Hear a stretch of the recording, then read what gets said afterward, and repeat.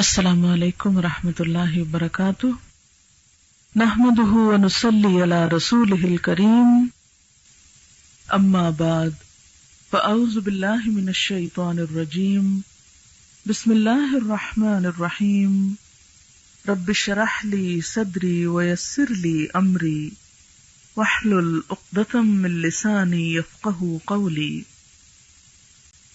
شروع کرتی ہوں اللہ کے نام سے جو بے انتہا مہربان نہایت رحم فرمانے والا ہے۔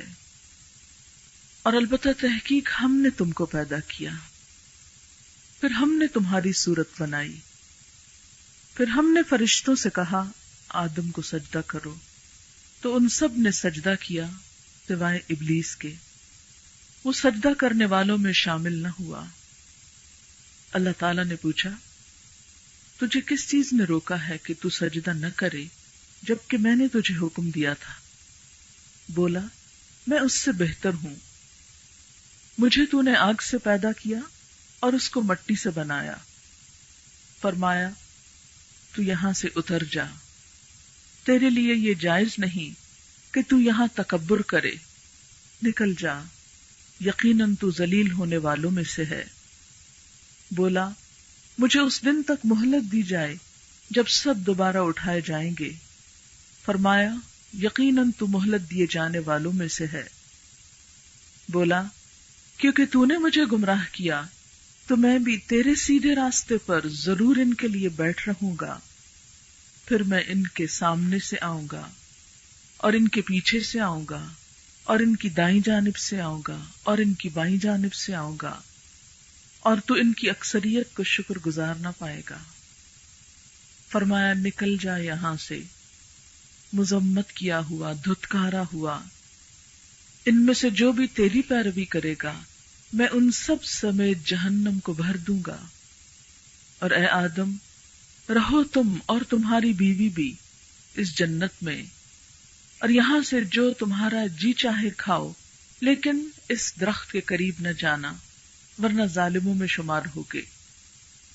پھر شیطان نے ان کے دل میں وسوسے ڈالے تاکہ ان کے سامنے ان کے جسم کے قابل شرم حصوں کو جنہیں چھپایا گیا تھا کھول دے، اور بولا تمہارے رب نے تمہیں اس درخت سے نہیں روکا مگر اس لیے کہ کہیں تم فرشتے نہ بن جاؤ یا ہمیشہ رہنے والوں میں سے نہ ہو جاؤ۔ اور ان کے سامنے قسمیں کھانے لگا کہ یقیناً میں تمہارے خیر خواہوں میں سے ہوں۔ پھر آہستہ آہستہ ان دونوں کو پھسلا کر اپنے ڈھب پہ لے آیا، تو جب دونوں نے اس درخت کا مزہ چکھا تو ان کے ستر ان کے سامنے کھل گئے، اور وہ اپنے اوپر جنت کے پتوں سے خود کو ڈھانپنے لگے۔ ان کے رب نے ان دونوں کو پکارا کیا میں نے تمہیں اس درخت سے روکا نہ تھا؟ میں نے تم کو کہا نہ تھا کہ شیطان تم دونوں کا کھلا دشمن ہے؟ دونوں پکار اٹھے اے ہمارے رب، ہم نے اپنی جان پر ظلم کیا، اگر تو نے ہمیں بخشا نہیں اور تو نے ہم پر رحم نہ کیا تو ہم ضرور خسارہ پانے والوں میں شامل ہو کر رہیں گے۔ فرمایا اتر جاؤ، تم میں سے بعض بعض کے دشمن ہیں، اور تمہارے لیے زمین میں ایک خاص وقت تک ٹھہرنا اور فائدہ اٹھانا ہے۔ فرمایا اسی میں تم زندہ رہو گے، اسی میں تم کو مرنا ہے اور اسی سے تم نکالے جاؤ گے۔ اس وقت میں نے آپ کے سامنے سورۃ الاعراف کی آیت نمبر 11 سے لے کر 25 تک پڑھی ہے، اور ان کا ترجمہ بھی آپ کے سامنے رکھا ہے۔ اس وقت جو آیات آپ نے سنی تو اس سے آپ کو سمجھ میں آ ہی گیا ہے کہ یہاں کس واقعے کی طرف اشارہ ہے، کون سا قصہ بیان ہو رہا ہے۔ دیکھنے میں یہ ایک سیدھی سادی کہانی ہے، لیکن اس کے اندر ہم سب کے لیے بہت سے سبق ہیں۔ یہ کہانی بظاہر آدم علیہ السلام کی کہانی ہے، لیکن حقیقت میں ہم سب کی کہانی ہے۔ جو امتحان آدم علیہ السلام کو وہاں پیش آیا، آج وہی امتحان اس دنیا میں ہم میں سے ہر ایک کو درپیش ہے۔ دیکھا یہ جا رہا ہے کہ اس امتحان میں ہمارا طرز عمل کیا ہے، ہم کیا کرتے ہیں۔ تو آئیے دیکھتے ہیں کہ ان آیات میں اللہ تعالیٰ ہمیں کیا بتاتے ہیں؟ فرمایا وَلَقَدْ خَلَقْنَاكُمْ، اور البتہ تحقیق ہم نے تم کو پیدا کیا. انسان خود سے خود نہیں بنا، کوئی چھوٹی سی چیز بھی خود نہیں بنتی، تو انسان جیسی بے مثال چیز وہ خود کیسے بن سکتی ہے؟ پھر کس نے بنایا؟ اللہ تعالی جو بنانے والے ہیں انہوں نے بتایا کہ ہم نے تم کو بنایا. ثم صورناکم، پھر ہم نے تم کو صورت عطا کی، بہترین شکل و صورت. ثم قلنا للملائکۃ اسجدوا لآدم، پھر ہم نے فرشتوں سے کہا تھا کہ آدم کو سجدہ کرو. یہاں اللہ تعالیٰ دراصل انسان پر ہونے والے احسانات کا ذکر فرما رہے ہیں کہ تمہاری تخلیق بھی ہم نے کی، تمہاری یہ صورت ہم نے بنائی، خوبصورت شکل ہم نے تم کو دی، پھر تمہیں عزت بخشی. انسان پر ہونے والے یہ احسانات اور یہ انعامات کسی دوسری مخلوق پر نہیں ہوئے. ثم قلنا للملائکۃ اسجدوا لآدم، ہم نے فرشتوں سے کہا تھا آدم کے آگے جھک جاؤ. فسجدوا، سب جھک گئے. اس سے آپ اندازہ لگائیں کہ انسان اللہ تعالی کے نزدیک کتنی پیاری اور کتنی معزز چیز ہے کہ جس کے سامنے فرشتوں کو جھکایا. اور صرف فرشتے ہی نہیں اور مخلوق بھی تھی جس میں جنات بھی شامل تھے. فسجدوا، سب جھک گئے، الا ابلیس، سوائے ابلیس کے. لم یکن من الساجدین، وہ سجدہ کرنے والوں میں شامل نہ ہوا، اس نے جھکنے سے انکار کر دیا. قال، اللہ تعالیٰ نے پوچھا ما منعک، تجھے کس نے روکا ہے، تجھے کس نے منع کیا ہے؟ اللہ تسجدہ، کہ تو سجدہ نہ کرے، اذ امرتک، جبکہ میں نے حکم دیا. اس سے کیا پتہ چلتا ہے کہ یہ حکم صرف فرشتوں کے لیے نہیں تھا اور مخلوقات کے لیے بھی تھا، یعنی جنات کے لیے بھی تھا. اور ابلیس چونکہ جنوں میں سے تھا تو اس نے انکار کر دیا. جب پوچھا گیا کہ انکار کی وجہ تو بتاؤ، اللہ کا حکم تھا کیوں نہیں مانا؟ قالا، بولا انا خیر منہ، انا خیر منہ، میں اس سے زیادہ بہتر ہوں، میں اس کے آگے کیوں جھکوں، میں اس کے سامنے کیوں سجدہ کروں جبکہ میں اس سے اچھا ہوں. یہ لفظ تو تین بھی ہیں کہ انا خیر منہ، لیکن پورے شیطانی مزاج کی عکاسی کرتے ہیں. یہ شیطان کا بول دراصل ایک شیطانی رویہ بھی ہے کہ خود کو بہتر سمجھنا اور دوسروں کو حقیر سمجھنا. اسی کا دوسرا نام تکبر ہے، خود کو بڑا سمجھنا.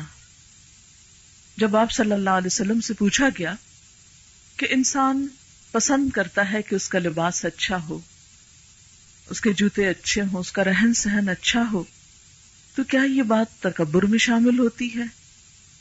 کیونکہ تکبر اللہ تعالیٰ کو سخت ناپسند ہے. تو لوگوں کو فکر ہوئی کہ اپنا خیال کرنا، اپنی زندگی میں اللہ کی دی ہوئی نعمتوں سے فائدہ اٹھانا، کیا یہ تکبر ہے؟ فرمایا نہیں، ان اللہ جمیل یحب الجمال، اللہ تعالیٰ خوبصورت ہے، خوبصورتی کو پسند کرتا ہے. لیکن تکبر کس چیز کا نام ہے؟ غمط الناس و بطر الحق.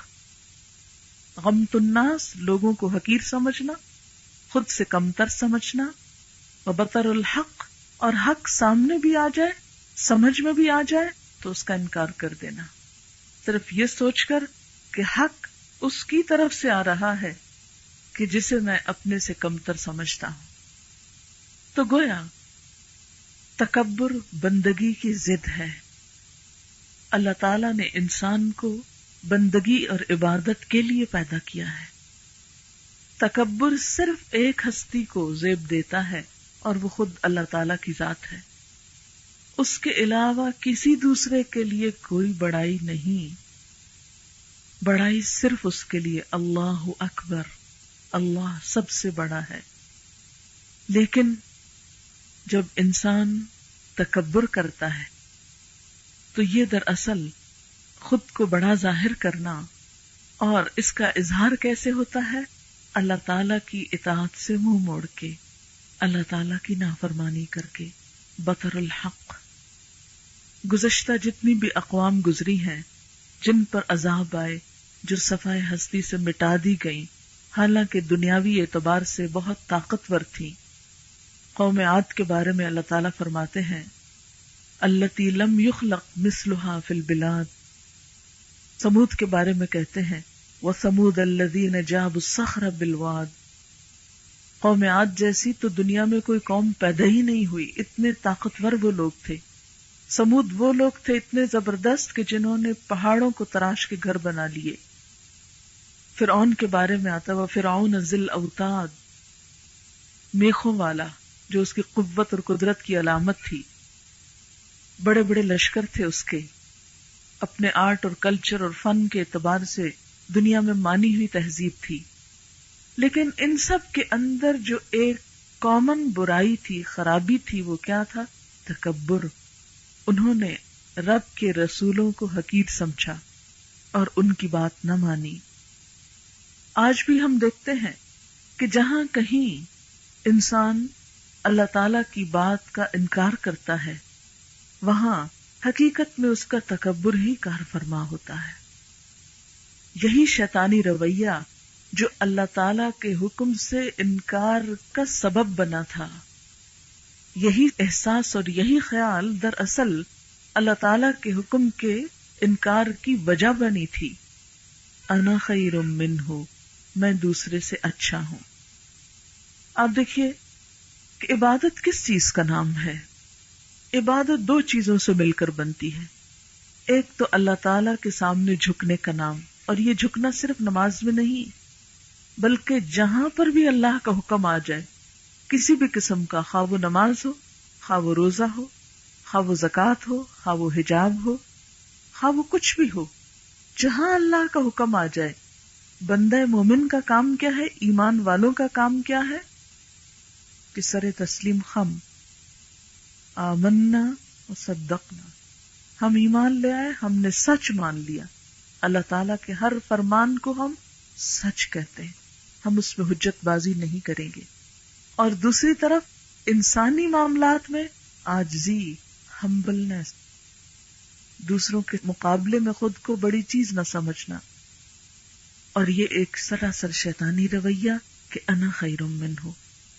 آپ دیکھیں کہ انسانوں کے ساتھ جتنے بھی تعلقات کی خرابی ہوتی ہے، مثلا شوہر اور بیوی میں عموماً جو جھگڑا اور فساد پایا جاتا ہے، اس کی بھی اگر بنیاد دیکھیں یا جڑ دیکھیں تو اس میں بھی عموماً یہی جذبہ کار فرما نظر آتا ہے۔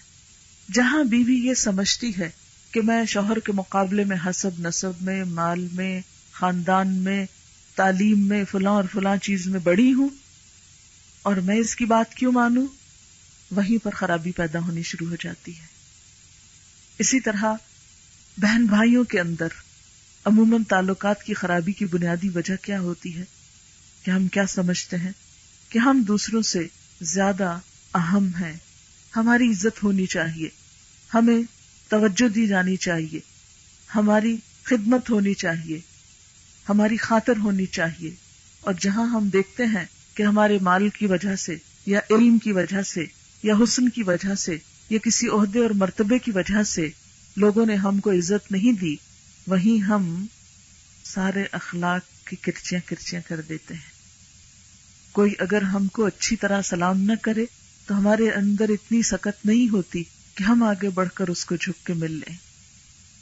یہی تو دراصل تکبر ہے کہ اگر کوئی ہماری طرف نہیں بڑھتا تو ہم سوچے ہم کیوں بڑھیں، ہم تو اس کو جوتی کی نوک پہ نہیں رکھتے، ہم اس کو کیا سمجھے، ہمیں اس کی کیا ضرورت، ہمیں تو اس کی پرواہ نہیں۔ بندہ مومن ایسا نہیں کرتا، وہ کہتا ہے کہ میں کیا چیز ہوں۔ حضرت عمر جیسے حکمران جن کو اللہ نے دنیا میں اتنی عزت بخشی، ایک مرتبہ کسی شخص نے ان سے کہا یا عمر اتق اللہ، اے عمر اللہ سے ڈرو۔ حضرت عمر نے اپنا گال زمین پر رکھ دیا کہ ہاں واقعی عمر کو ڈرنا چاہیے، حالانکہ ان کا جذبہ اور جلال اور ان کا رعب اور ان کی قوت وہ سب آپ جانتے ہیں، لیکن اندر سے ایمان کی سچائی کی وجہ سے اتنی عاجزی تھی کہ اللہ کے کسی حکم کے مقابلے میں، اللہ سے ڈرنے کے معاملے میں کہیں کوئی تکبر نہیں. قال انا خیر منہ. اب آپ دیکھیں کہ جب بھی ہم اپنا اور کسی انسان کا مقابلہ کرتے ہیں کسی بھی معاملے میں، چھوٹے میں یا بڑے میں، تو ہم عموماً کیا کرتے ہیں؟ اپنی اچھائیاں سوچ لیتے ہیں اور اس کی خامیاں تلاش کر لیتے ہیں اور پھر کہتے ہیں انا خیر منہ، میں اس سے زیادہ بہتر ہوں. حالانکہ ہونا کیا چاہیے کہ جہاں اپنا مقابلہ کسی کے ساتھ بھی ہو تو وہاں پر انسان اپنی کمزوریاں تلاش کرے کہ میری خامی کہاں ہے، میری غلطی کہاں ہے، میں کہاں سے کم ہوں اور دوسرا میرے مقابلے میں کہاں اچھا ہے. بہترین انسانی تعلقات کا راز کس چیز میں ہے؟ خوبصورت انسانی تعلقات کب ہو سکتے ہیں؟ پرسکون گھرانہ، پرسکون خاندان، پرامن سوسائٹی کا بہترین اخلاق کیا ہے کہ انسان کسی کے ساتھ بھی جب ملے تو اس کی بھلائی دیکھے، اس کا خیر ڈھونڈے، اس کی اچھی چیز پر نظر رکھے، اور اگر اس کے اندر کوئی خامی ہو، کوئی کوتاہی ہو تو اس کو صرف نظر کرے، اس کو اگنور کر دے. مثلاً آپ سڑک پر چلتے چلے جا رہے ہیں، آپ دیکھتے ہیں کہ ایک طرف پھولوں کی بیل نظر آتی ہے آپ کو، دوسری طرف آپ دیکھتے ہیں تو ایک کوڑے کا ڈرم نظر آتا ہے. آپ کس طرف دیکھیں گے؟ پھولوں کی بیل کو دیکھیں گے نا. جو اچھے ذہن، اچھی سوچ اور خوبصورت ذہن کا انسان ہوگا وہ پھولوں کی بیل پہ نظر رکھے گا، اور جس کا اندر میلا ہوگا وہ نیچے والی گندی چیز کی طرف دیکھے گا. مثال کے طور پر اگر ایک شخص اس شہر میں آتا ہے جہاں ایک طرف خوبصورت عمارتیں ہیں، بہت سی صاف ستھری چیزیں ہیں، وہاں اگر کہیں سڑک پر تھوڑی بہت کوئی گندگی نظر آ جائے تو وہ باقی سب چیزوں کو اگنور کر کے اس ساری محنت کو، کوشش قوت کو یہ کہے کہ دیکھو یہاں بھی سڑکوں پہ بڑا گند ہے. تو اگر انسان خامیاں تلاش کرنے لگے تو کسی بھی جگہ کی خامی تلاش کر سکتا ہے، لیکن عموماً یہ انسانی رویہ کب ہوتا ہے؟ جب وہ خود کو بڑی چیز ثابت کرنا چاہتا ہے. اور بڑا کب بن سکتا ہے انسان؟ جب سب کو برا کہہ سکے، جب سب کے اندر کوئی عیب تلاش کر سکے.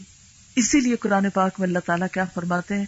وَيْلٌ لِكُلِّ هُمَزَةٍ لُمَزَةٍ، ہلاکت ہے، تباہی ہے، بربادی ہے ہر اس شخص کے لیے جو لوگوں کے پیٹھ پیچھے برائیاں کرے اور منہ در منہ ان کو تانے بھی دے، یعنی کسی حال میں معاف نہ کرے، ہر وقت اس کو دوسروں کے عیب ہی نظر آئے، وہ ان کی خامیاں ہی تلاش کرے، وہ ان کی کمزوریوں پر ہی نظر رکھے.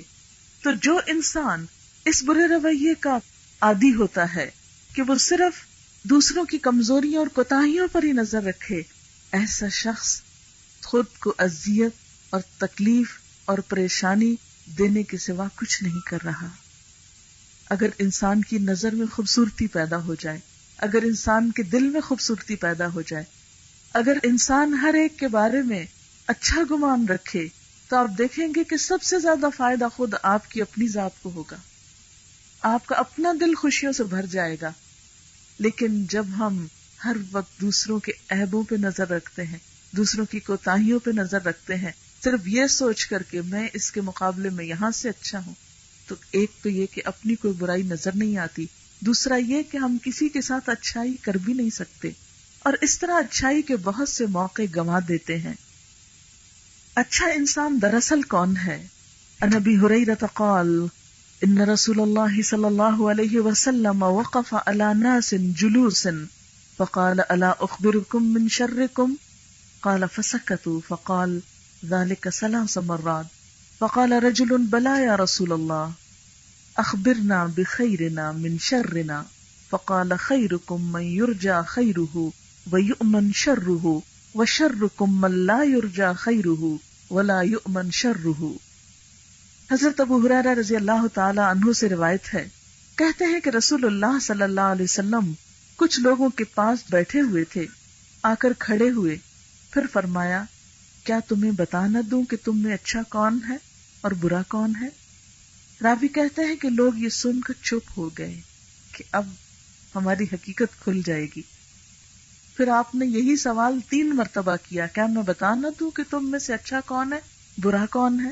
آپ خود سوچیں کہ جیسے آپ سب بیٹھے ہیں اور ایک شخص آئے اور یہ بولے کہ میں تم کو بتاؤں کہ تم میں اچھا کون ہے اور برا کون ہے، تو سب سمجھیں گے کہ اب ہماری شامت آئی. تو خاموش ہو گئے سارے، چپ. اس پر جب آپ نے 3 مرتبہ یہی سوال دہرایا تو پھر لوگوں نے کہا کہ آپ ضرور ہمیں بتائیے کہ ہم میں اچھا کون ہے اور برا کون ہے. فرمایا تم میں سے بہترین شخص وہ ہے جس سے ہر ایک کو بھلائی کی توقع ہو. بہترین کون ہے؟ جس سے ہر ایک کو بھلائی کی توقع ہو اور اس کے شر سے لوگ بے خوف ہوں، یعنی اس سے کسی اذیت یا تکلیف کا اندیشہ نہ ہو. اور تم میں سے بدترین شخص وہ ہے جس سے کسی کو بھلائی کی توقع نہ ہو اور اس کے شر سے لوگ بے خوف نہ ہوں. یعنی اس کا نام آتے ہی انسان کیا سوچے؟ نہیں بھئی اس سے کسی بھلائی کی توقع نہیں، اس کے پاس جانا بیکار ہے، وہ کسی کے ساتھ خیر بھلائی نہیں کر سکتا. ایسا شخص بدترین شخص ہے. اور بہترین شخص کون ہے؟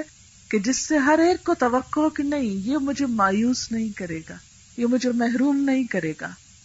کیوں؟ اس لیے کہ قرآن پاک میں کیا ہے کہ اگر رشتہ داروں کے ساتھ مثلاً تم ان کے ساتھ خیر بھلائی نہیں بھی کر سکتے تو فَقُلْ لَهُمْ قَوْلًا مَيْسُورًا، ان سے آسانی اور نرمی کی بات تو کر دو. اگر تم کسی کو کچھ نہیں دے سکتے ایک مسکراہٹ تو دے دو.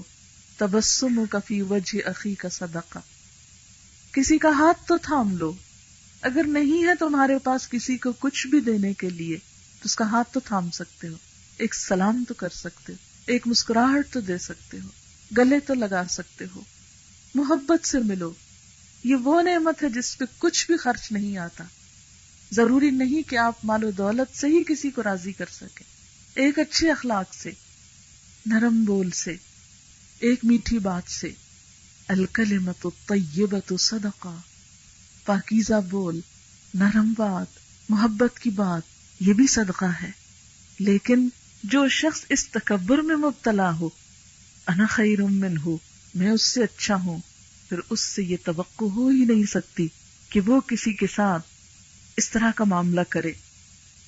نبی صلی اللہ علیہ وسلم نے فرمایا مومن بھولا بھالا مہربان ہوتا ہے اور بد کردار آدمی چالاک، تنگ دل اور بد مزاج ہوتا ہے.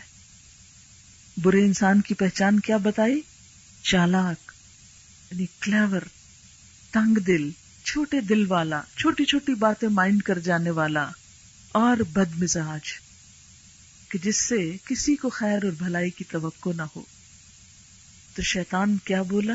میں کیوں انسان کے آگے جھکوں؟ میں نہیں جھکوں گا. انا خیر منہ، میں اس سے بہتر ہوں. اور پھر اس کی دلیل دینے لگ گیا. کیا دلیل؟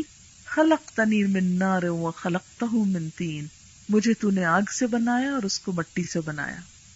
اچھا ہمارا حال بھی تو یہی ہے نا کہ ہم ایک غلطی کرتے ہیں، پھر اس کے بعد اس کا جواز ڈھونڈتے ہیں، اس کو جسٹیفائی کرتے ہیں، پھر کہتے ہیں یہ اس وجہ سے ہے اور یہ اس وجہ سے ہے. میں نے اگر کسی کے ساتھ روڈنس کی ہے تو چونکہ وہ ایسا اور ایسا اس لیے مجھے کرنی پڑی ہے اس کے ساتھ. میں نے غیبت کی ہے چونکہ فلاں میں یہ برائی ہے تو اس لیے میں نے اس کو برا کہا ہے، میں نے کوئی جھوٹ بولا ہے، اس میں ہے نا یہ غلط بات. نبی صلی اللہ علیہ وسلم نے کیا فرمایا؟ ذکرک اخاک بما یکرہ، غیبت کیا ہے؟ تمہارا اپنے بھائی کا ایسے الفاظ میں ذکر کرنا کہ وہ سنے تو ناپسند کرے. کسی شخص نے کہا کہ اگر وہ برائی اس کے اندر ہو پھر بھی؟ فرمایا یہی تو غیبت ہے، یہی تو غیبت ہے. اور ہم کیا کرتے کہ میں غلط نہیں کہہ رہا، آپ جا کے دیکھ لو وہ ایسا ہی ہے جو میں بیان کر رہا ہوں، ساتھ جسٹیفیکیشن دیتے ہیں. تو شیطان نے پہلا قصور کیا کیا؟ کہا انا خیر منہ. دوسرا کیا؟ کہ اس پر کوئی شرمندگی نہیں، کوئی ندامت نہیں، بلکہ الٹا اس کے جواز اور اس کے بہانے ڈھونڈے کہ وجہ یہ ہے خلقتنی من نار وخلقتہ من طین، مجھے آگ سے بنایا. اور اس کو آگ میں کیا بڑائی نظر آتی تھی کہ آگ کے شعلے اونچے جاتے ہیں نا اور مٹی نیچے بیٹھتی جاتی ہے، یا یہ کہ آگ جلاتی ہے اور سب پہ چھا جاتی ہے اور مٹی خاموش بیٹھی رہتی ہے خواہ اس کے اوپر آگ بھڑکائی جائے. لیکن دیکھا جائے تو آگ کہ کم فائدے ہیں بنسبت مٹی کے. جتنی بھی تعمیر نظر آتی ہے وہ مٹی ہی کے ساتھ ہے. خالی آگ جلتی رہے تو اس سے کچھ بھی حاصل نہیں. انسان کی تخلیق میں مٹی، پودوں کی تخلیق میں مٹی، عمارتوں کی تخلیق میں مٹی، ہر چیز کے اندر مٹی نظر آتی ہے. بہت سی تعمیر اس کے ساتھ ہے لیکن اس کو مٹی میں کوئی فائدہ نظر نہیں آیا. بولا یہ مٹی کا ڈھیر، میں اس کے آگے جھکوں، میں تو بڑی چیز ہوں. قال فاہبط منہا، اللہ تعالیٰ نے فرمایا اتر جائے یہاں سے. فما یکون لک ان تتکبر فیہا، تجھے یہ بات زیب بھی نہیں دیتی کہ تو تکبر کرے. فخرج، نکل جا. انک من الصاغرین، تو چھوٹا ہونے والوں میں سے، تو ذلیل ہونے والوں میں سے. اس سے کیا پتہ چلتا ہے کہ جو شخص بڑا ہونے کی کوشش کرے اللہ اس کو ذلیل و خوار کر کے رکھ دیتا ہے. اللہ تعالیٰ کو تکبر ہرگز پسند نہیں. اللہ تعالیٰ کے نزدیک وہ شخص جو دنیا میں تکبر کرنے والا ہو، قیامت کے دن چیونٹیوں کی شکل میں اٹھایا جائے گا. لوگ پاؤں سے اس کو روندیں گے، اس کی کوئی قدر و قیمت نہ ہوگی. لیکن انسان کو جب دنیا کی کوئی نعمت ملتی ہے تو اس کی وجہ سے جب وہ خود کو بڑی چیز سمجھنے لگتا ہے تو جھکنا بسا اوقات بہت مشکل ہو جاتا ہے.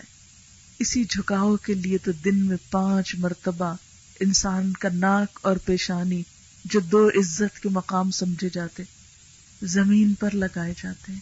آؤ اے انسان 5 دفعہ نیچے جھک کے دکھاؤ. سر نیچے رکھ دو، ناک نیچے رکھ دو. اسی ناک کے کٹنے کا تو تم کو اندیشہ رہتا ہے، یہی ماتھا تو ٹھنکا رہتا ہے. کسی وقت تو تمہارے اندر عاجزی پیدا ہو. یہ نماز کا بھی تو سبق یہی ہے کہ انسان کے اندر جھکنے کی عادت پیدا ہو. اللہ تعالیٰ بار بار انسان کو جھکاتے ہیں تاکہ انسان کے اندر عاجزی پیدا ہو. نماز کا جھکنا صرف ایک ریچول نہیں ہے، وہ پوری زندگی کا ایک آئینہ ہے کہ جو انسان کو یہ سکھاتا ہے کہ انسان بن کر رہو. تم مٹی سے بنے ہو، منہا خلقناکم وفیہا نعیدکم، اسی میں واپس جانا ہے، واپس مٹی ہو جاؤ گے. تم کس بات پر اکڑتے ہو؟ تو شیطان کو بھی اس کے تکبر کی وجہ سے اللہ تعالیٰ کی سخت ناراضگی کا سامنا کرنا پڑا. آپ دیکھیں کہ بعض روایات میں آتا ہے کہ ابلیس جو تھا کان من الجن ففسق عن امر ربی، جنوں میں سے تھا، اس نے اپنے رب کے حکم کی نافرمانی کی. کہتے ہیں کہ یہ بہت عبادت گزار تھا، بہت ذکر کرنے والا، بہت نماز پڑھنے والا، اور اپنی عبادت کی کثرت کی وجہ سے فرشتوں کا ہم نشین ہو گیا تھا، فرشتوں کی دوستی ہو گئی. اسی وجہ سے جب فرشتوں کو حکم ملا تو ساتھ اس کو بھی حکم ملا. وہ دن رات نمازیں پڑھنے والا اللہ کے ایک حکم پہ انکار کی وجہ سے ذلیل و خوار ہو کر رہ گیا. بعض اوقات ہم نماز تو پڑھ لیتے ہیں لیکن دوسری طرف ہم اللہ تعالیٰ کے بہت سے احکامات کو صرف انا کا مسئلہ سمجھ کر چھوڑ دیتے ہیں. مثال کے طور پر بعض اوقات ہم سوچتے ہیں کہ حجاب نہیں، اس میں ہماری بیوٹی ختم ہوتی ہے یا ہماری شان میں فرق آتا ہے، لو اب ہم کام کرنے والوں کی طرح لگیں. بسا اوقات ہم اس میں اپنی کمتری سمجھتے کہ نہیں یہ مجھے سوٹ نہیں کرنا، نہ یہ مجھے اچھا نہیں لگتا. کیوں نہیں لگتا؟ یہ تو اللہ کا حکم ہے. اللہ تعالیٰ قرآن پاک میں فرماتے ہیں یا ایھا النبی قل لازواجک وبناتک ونساء المؤمنین یدنین علیہن من جلابیبہن. اے نبی صلی اللہ علیہ وسلم، آپ اپنی بیویوں سے کہہ دیجئے، اپنی بیٹیوں سے کہہ دیجئے اور مومن عورتوں سے کہہ دیجئے کہ اپنے اوپر اپنی چادروں کے پلو ڈال لیں. یعنی جلباب کہتے ہیں اس بڑی چادر کو جو گھر سے نکلتے وقت ایک عورت اپنے اوپر لیتی ہے. بہت سے لوگ یہ کہتے سنائی دیتے ہیں کہ یہ کون سا قرآن کا حکم ہے. اگر قرآن پاک میں نماز کا حکم ہے اور ہم 5 وقت کی نماز چھوڑ تہجد بھی پڑھ رہے ہوں اور دوسری طرف ہم اپنی انا کا مسئلہ بنا کر اپنا سر نہ ڈھانک سکیں، اپنی بیوٹی کو نہ چھپا سکیں اور اللہ تعالیٰ کے اس حکم کا انکار کر کے پھر تعویلیں پیش کریں، تو ہمارا یہ رویہ کیسا رویہ ہوگا؟ ہم سب کو اپنے طرز عمل پہ غور کرنے کی ضرورت ہے. پھر کیا ہوا؟ پھر بھی اس کو سمجھ میں نہیں آیا. جب اللہ تعالیٰ نے اتنی سخت ڈانٹ پلائی، فخرج انک من الصاغرین، تو چھوٹا ہو چکا ہے، تیری اس عبادت نے تجھ کو فائدہ نہیں دیا،